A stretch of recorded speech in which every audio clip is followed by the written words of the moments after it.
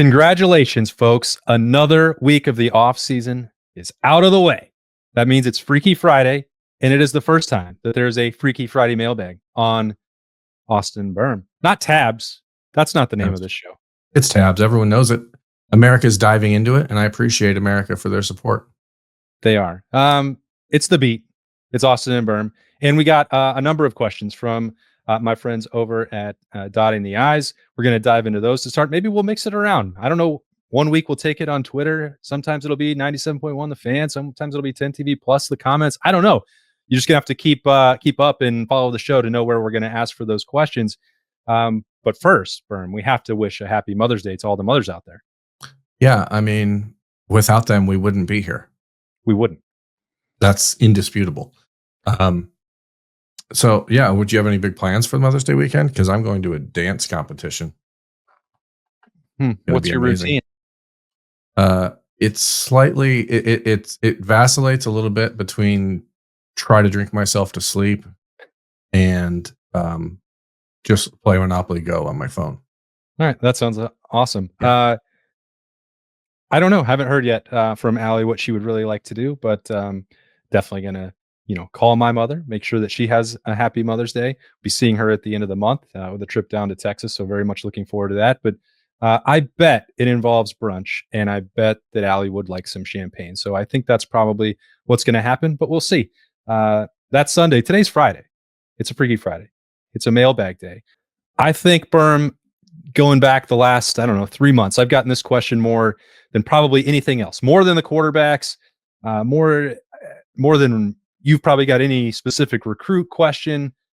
Everyone wants to know about Matt Patricia. And part of that, I think, is because I came out pretty strongly in my surprise, not necessarily that Matt Patricia couldn't be or wouldn't be a good fit for Ohio State and a very good defensive coordinator with his background, but it was like one of those situations where the previous perception was like, I don't know. I tried to keep an open mind about it. The surprise part did not mean that how I was going to view it moving forward had to be that way or that it was going to be bad. I was trying to keep an open mind, and I'm pretty glad that I did. Yeah, I think with a guy like Matt Patricia, the problem when he was hired is that people were just automatically linking him to the job he did in Detroit 6 years ago, 7 years ago. And I just don't think that's fair. I was equally as abrasive and maybe a little bit surprised by the choice because it seemed like Ohio State had a in-house path that they had been very interested in taking. And I don't know if it's after Chip Kelly left or what it was that caused Ryan Day to change his mind, but to go out and bring in Matt Patricia, who the reputation was that he's a very, very surly, almost difficult to talk to person. Belichickian. Yeah, that's the term. Yeah. But immediately there was no problem like that. From the minute we got to talk to him the first time at Ohio State in February, he's been awesome. He's been aggressive on the recruiting trail, which is not something that he was brought in to do. A lot of people are comparing the job that he has on the recruiting trail to what Jim Knowles did. And Jim's job was essentially to be on campus, to let recruits into the Woody Hayes Athletic Center and into his little laboratory and show them what he was cooking up as the mad scientist version of the defensive coordinator / head coach of the defense. And Matt Patricia has really embraced recruiting, and it's actually been a bit of a surprise, and not just to me personally, but from talking to people around the program.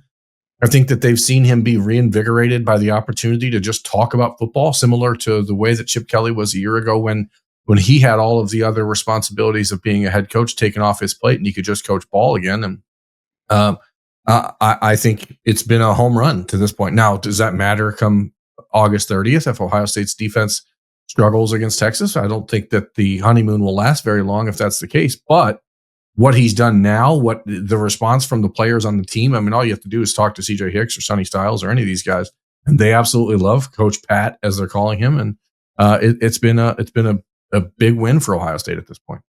Have you felt like it may well be too early if we're talking about 3 months of recruiting?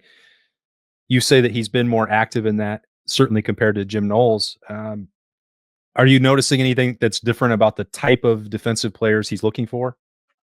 Not really. I mean, Ohio State's defense is the Ohio State defense, and that's something I think Ryan Day wanted when he hired Matt Patricia. The continuity was there. Remember when Ryan Day took over for Urban Meyer in 2019, the first thing he did was change the defense to that single high safety look that they deployed under Jeff Hafley. That's what they've wanted to be. They've wanted to be the safety-driven defense. So that's why Jim Knowles was the right fit. Matt Patricia, in his history, his background is a little bit more multiple, and I think that we're seeing that in the way Ohio State is deploying CJ Hicks and Arvell Reese and Sonny Styles, and we talked about that earlier this week. But those guys are going to be used as an edge rusher at times, and so the reluctance that Ohio State has put on display in the last few years to go away from a full-on 4-3 front, I think, is mitigated. But they're still trying to figure out the balance. And the spring game taught us nothing. We didn't see anything out of Matt Patricia's defense to give us an indication of what that's going to look like come fall ball. But the results from a personality standpoint, from a how he's helping build the defense, what he's teaching guys has been absolutely a win so far for Ohio State and Ryan Day. It felt like in those earlier scrimmages, not the spring game itself, that Matt Patricia was like a little bit into that bag a little bit and making life difficult and putting Ohio State's quarterbacks in tough spots. That's why when it comes to the evaluation and who's ahead in this situation or whatever, like some of it is dependent on how much pressure they're getting, what the blitzes are like, the different schemes. And Ohio State did take a noticeable step back with that in the spring game, which I don't think it was a coincidence that allowed Lincoln Keenels and Julian Sayin to maybe have some better performances there. You mentioned Matt Patricia being reinvigorated by talking ball. He will talk it with anyone. Yeah. I just walk up and I have a question about a basic thing, which is like, I want to try and get to know him as a person and not just the defensive coordinator at Ohio State that I'm going to be covering. And I like to be able to have at least 1% of an idea what I might be talking about with somebody's defense. He has the Bible.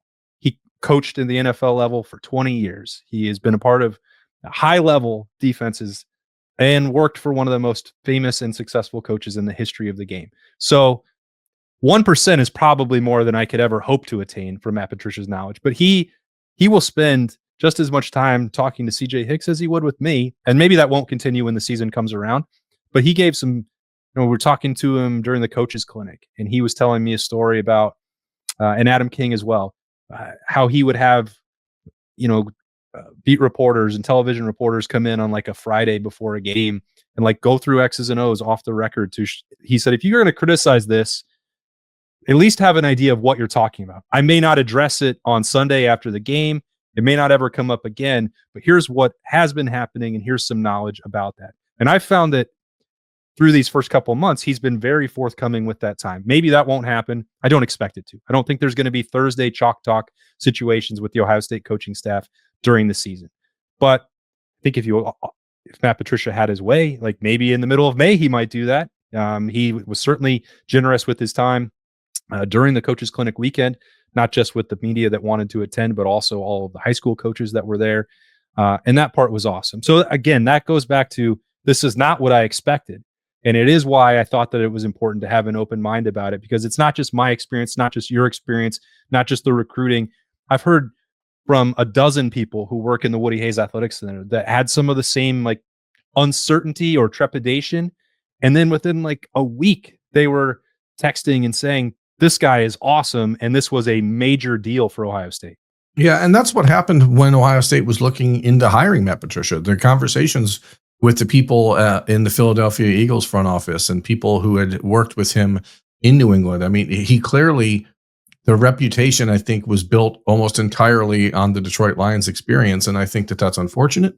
Good for Matt that he's able to move past that. He seems to be a different person. He'll admit it, aside from the fact that he's lost so much weight and put himself in a physically different frame of mind. He clearly has a much different approach than maybe we anticipated. And I like it. I mean, I think the guy's great so far. I mean, that's the bottom line. I don't know how much of the Belichickian stuff he picked up. We haven't seen his wife or girlfriend around the Woody yet.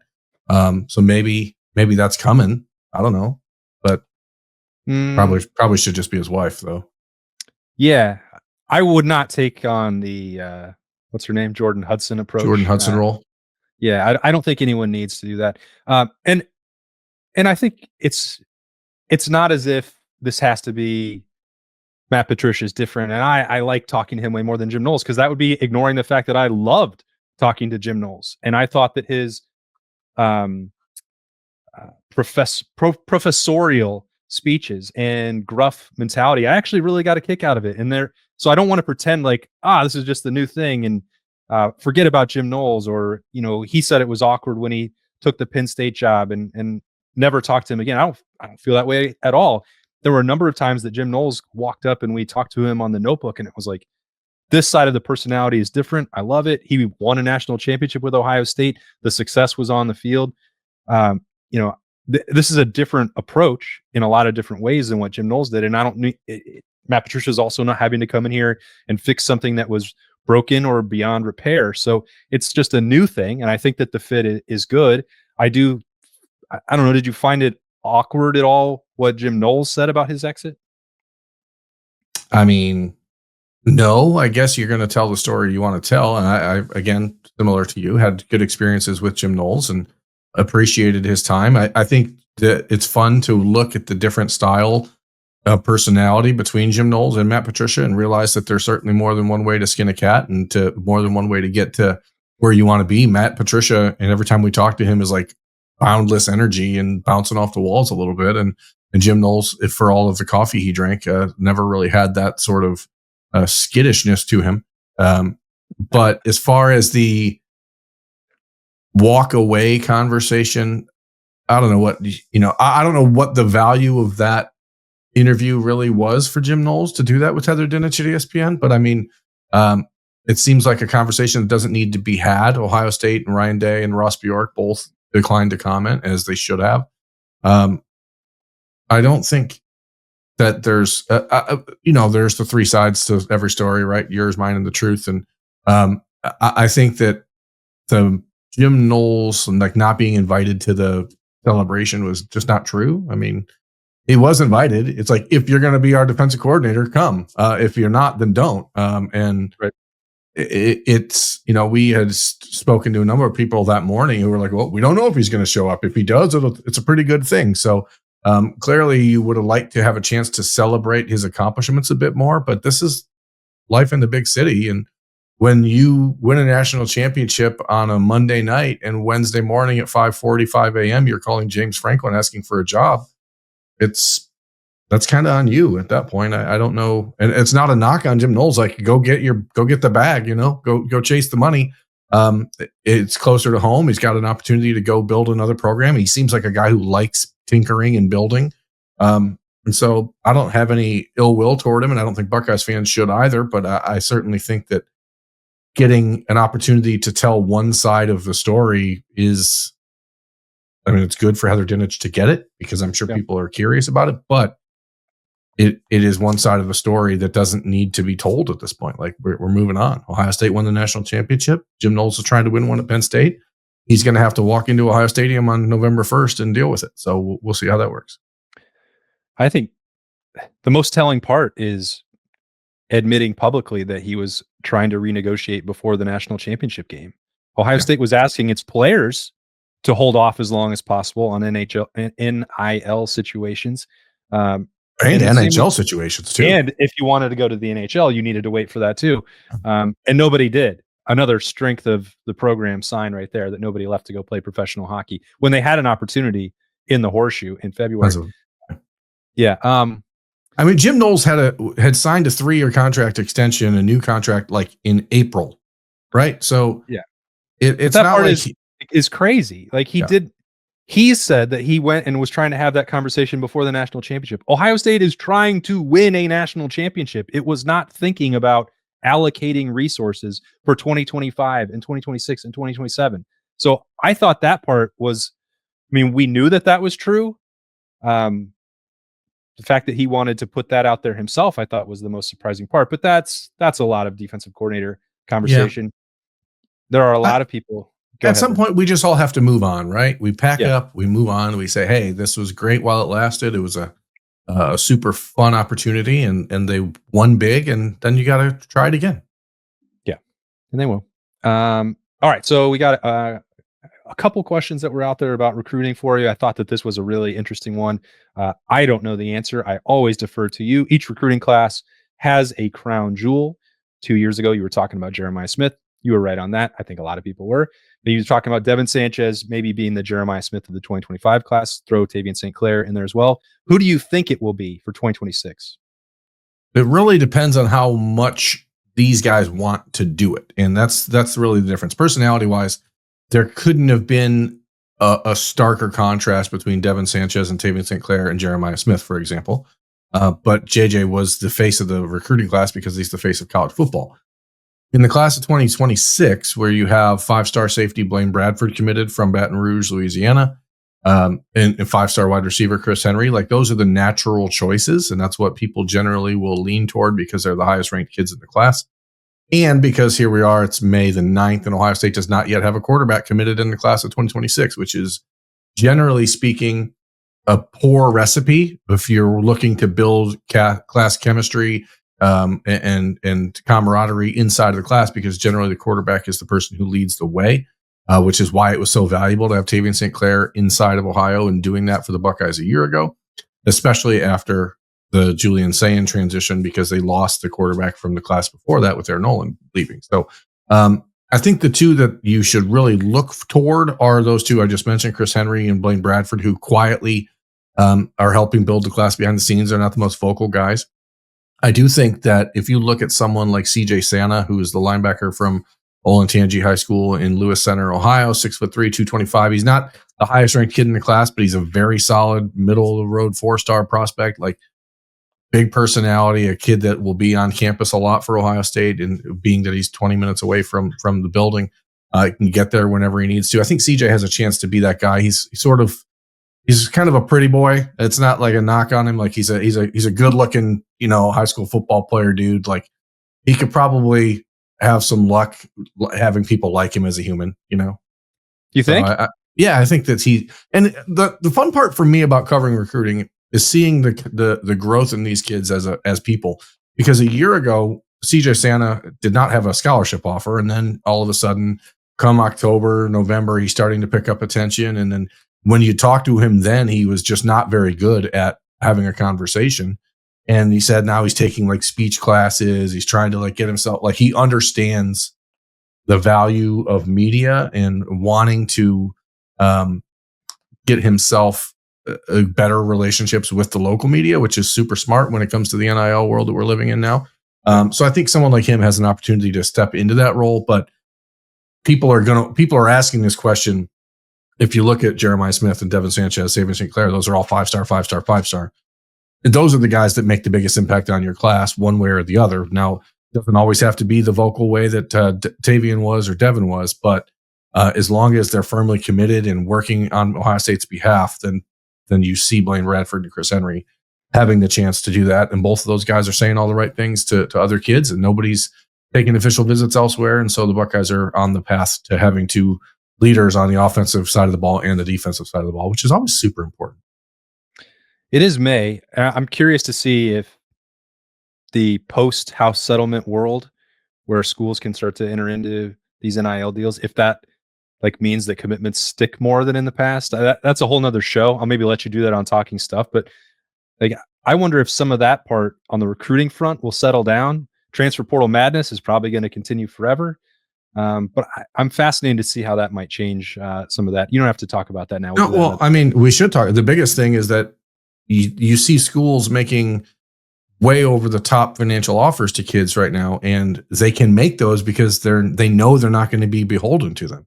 Sure. Once the house settlement happens, all of a sudden you start to see budgets and salary caps and that kind of stuff pop into place. You're going to have all these schools coming back to kids and saying, "Oh, we know we promised you $2 million, but we can actually only do $750,000. So is that okay?" And then, so I think you'll see whenever this does get passed in the House, if it moves like it's supposed to, then I think you'll see like a tearing down of a lot of things again before it gets built back up. But yeah, that's well, yeah, that sounds super fun. Back to the current roster.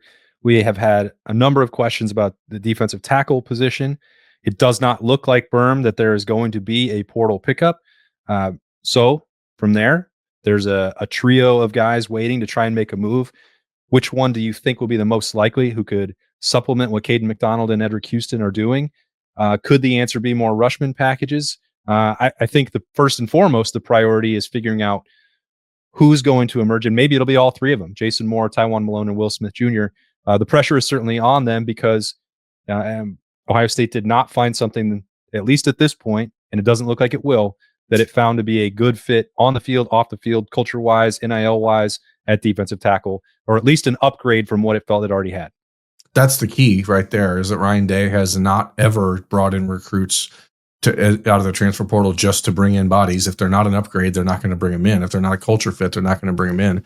They hosted a couple different defensive tackles in the portal and decided that they weren't going to make a move on any of them. And I actually like that, because I think that that's the way you get the most out of the guys on your current roster, is by telling them, hey, we believe in you. We think you can do this.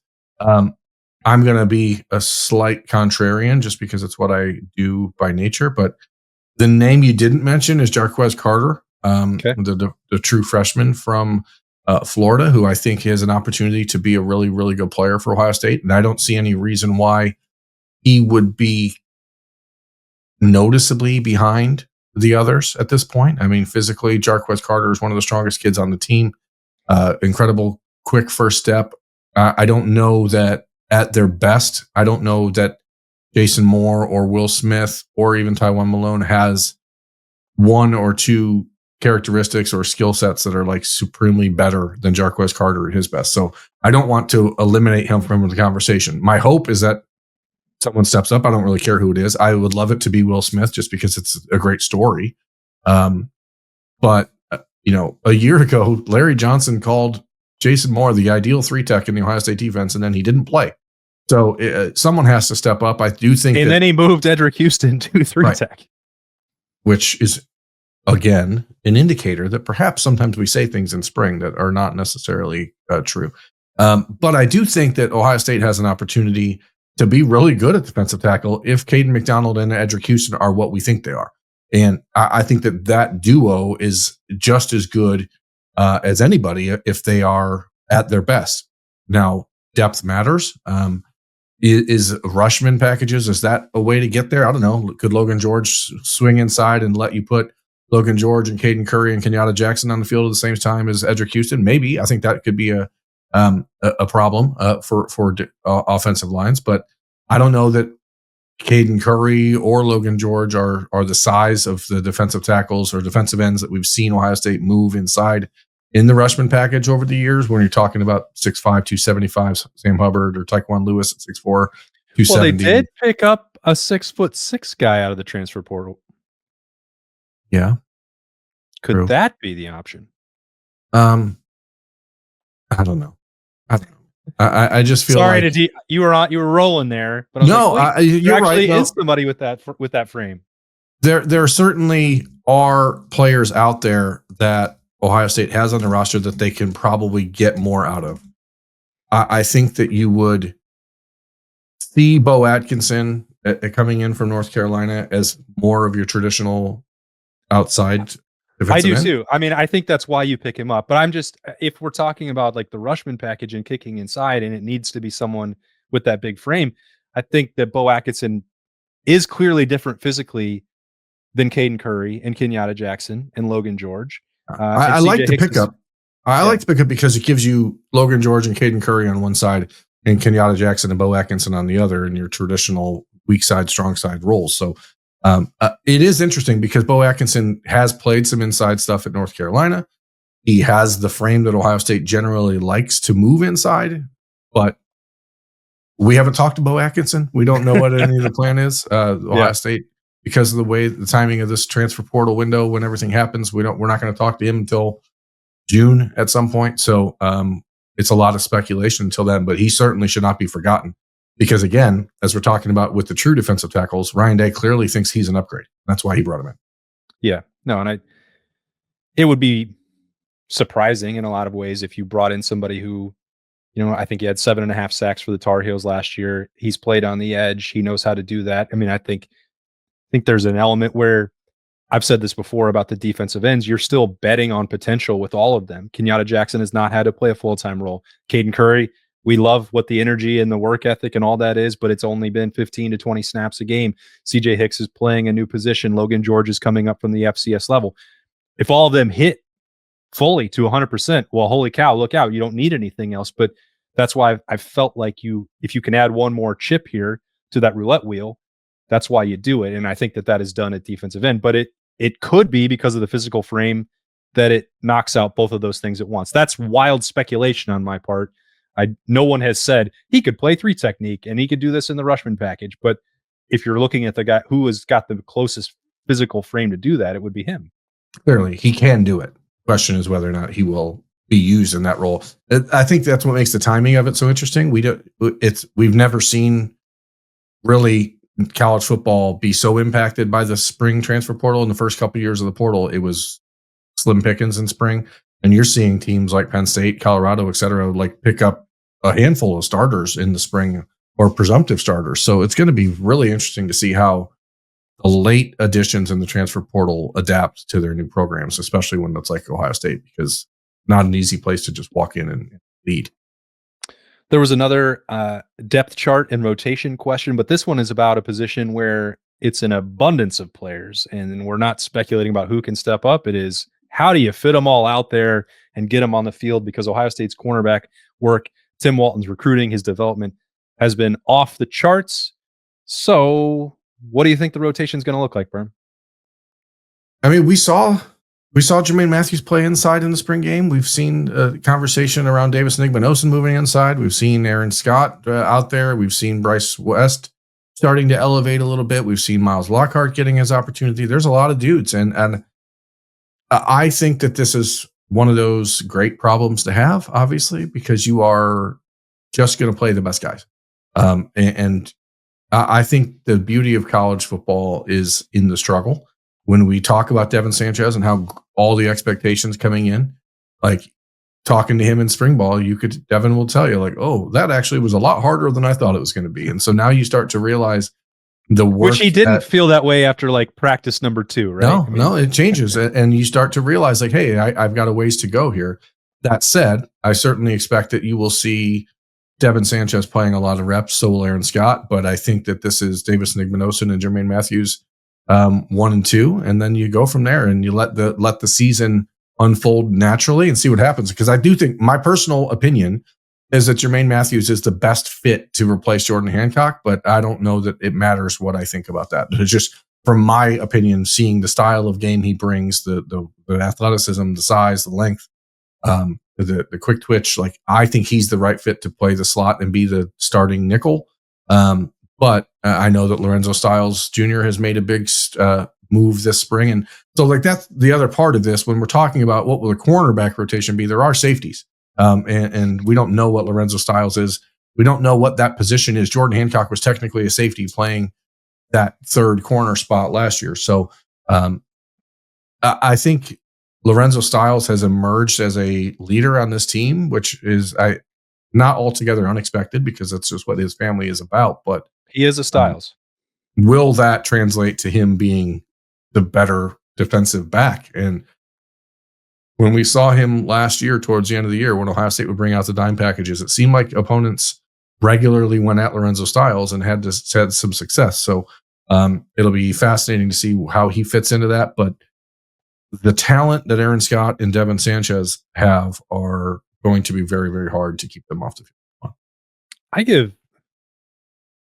I don't know. I guess Aaron Scott doesn't need credit for like being patient for 1 year or taking the challenge of Devin Sanchez or paying attention to how much media coverage is going to. Well, Davison and Jermaine are back, and here comes this other 5-star. Because the man in the middle does get overlooked a lot of times, and that can be frustrating to deal with. And I think the way Aaron Scott responded to that, and he posted some messages about it, taking the challenge clearly personally, but you still have to go out there and do the work on the field. And so I think Aaron Scott, I had one of the most impressive springs that I wasn't anticipating. I don't know if that's, a normal category to give somebody an award for, but I myself would be like, well, I'm ready to see what Devin Sanchez can do. Do you move around Davis and Igbinosun? What does this mean for Jermaine Matthews? How do the safeties slide around? And Aaron Scott's like, here I am. And when they went to that look with Jermaine in the slot, it was Aaron Scott who was sliding in at the outside cornerback role. Now that's spring ball. That's 15 practices. He's going to have to sustain that through the summer and into training camp.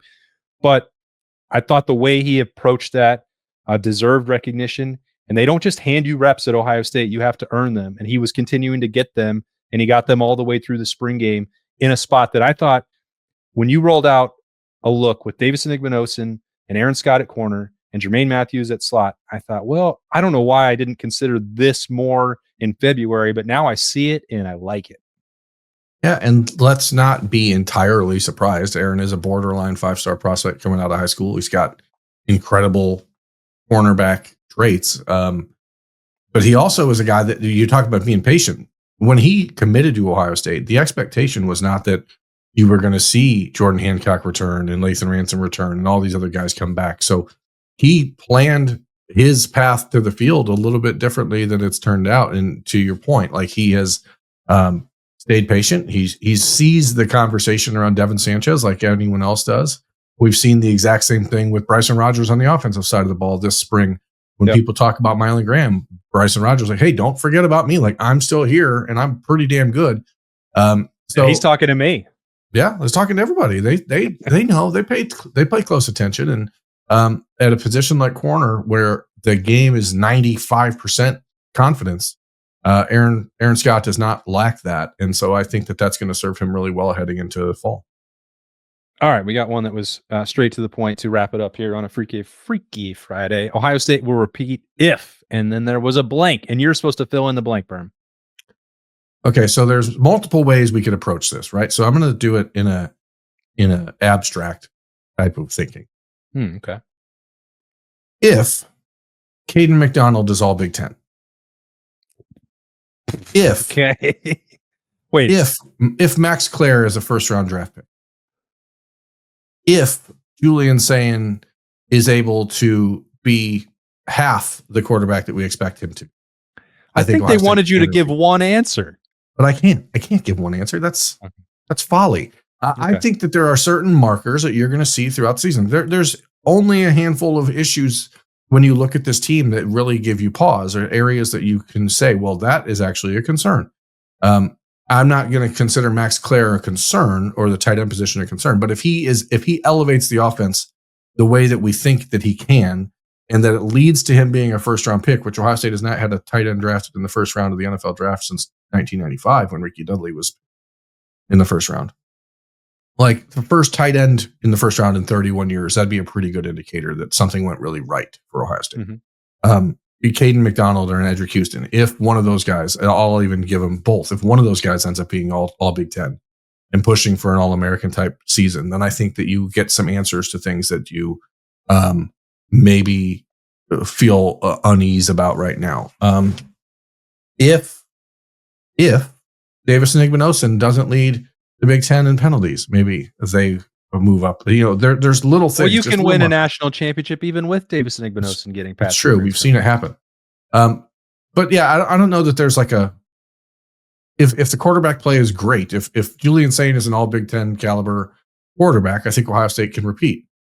But, do we have that expectation right now for any reason other than the fact that he's a 5-star and he plays at Ohio State? I don't think that we've seen enough from him to indicate that that's an expectation right now. But if he does that, then I think it bodes really well for the repeat chances.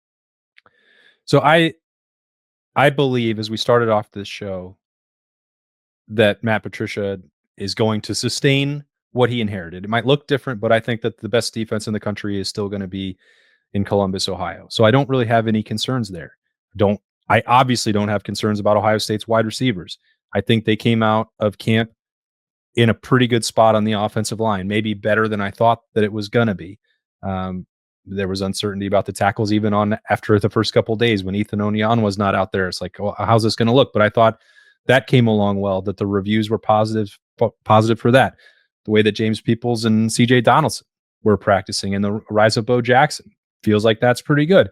So we talked about it on a 3 Things Thursday about the quarterback situation, the battle. I don't need to belabor everything that we talked about then, but Ohio State will repeat if they get like B- quarterback play. And maybe that sounds like insulting or too low, or that it's not meeting the standard is the standard for Ohio State. But with everything else they have there, if Julian Sayin and Lincoln Kienholz, or both, or two together, injuries, trading off, rotation, I don't know. However Ryan Day patches that together, there's enough surrounding talent that as long as the quarterback is not actively a negative, if he's not a C grade where every week you don't, or every other drive you don't know what you're going to get, if you can get some level of productivity and baseline competency, I believe Ohio State will win the national championship. Because if that's the case throughout the most of the season, then however they get there, whether that is Julian Sayin or Lincoln Kienholz, I expect that they will elevate their play down the stretch the same way that Will Howard did.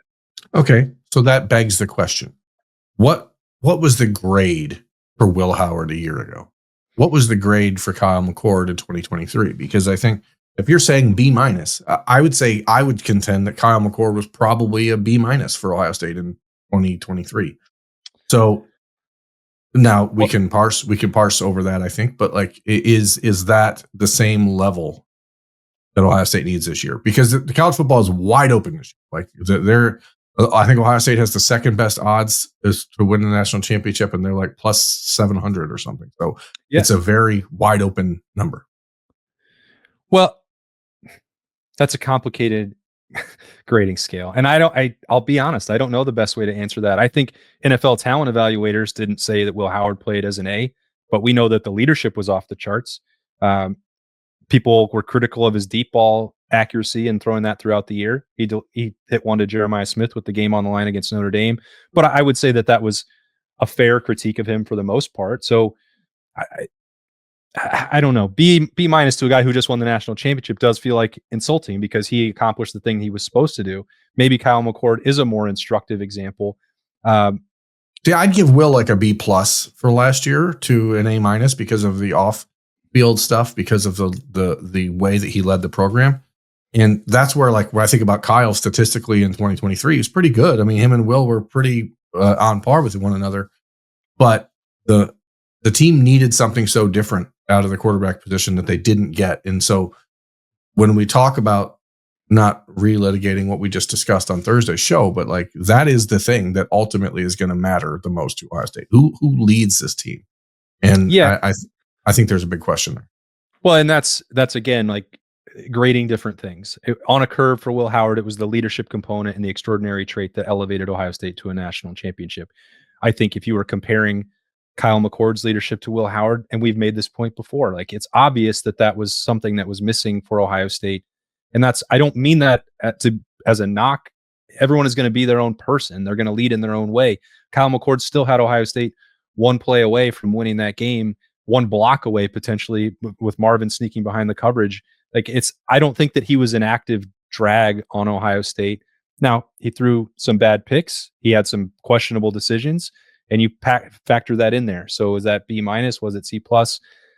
I don't know. I mean, Ohio State, would they have looked different in the postseason? I don't know the answer to that either. I think if they get, again, it's just like making that routine play routinely, going to borrow from Ryan Day. If one of these guys can do that and eliminate costly mistakes, like, the grade's probably going to be pretty high for them just based on the rest of the talent that is on this roster. I'll throw one more asterisk stat line. If Kenyatta Jackson has 10 sacks, Ohio State wins the national championship.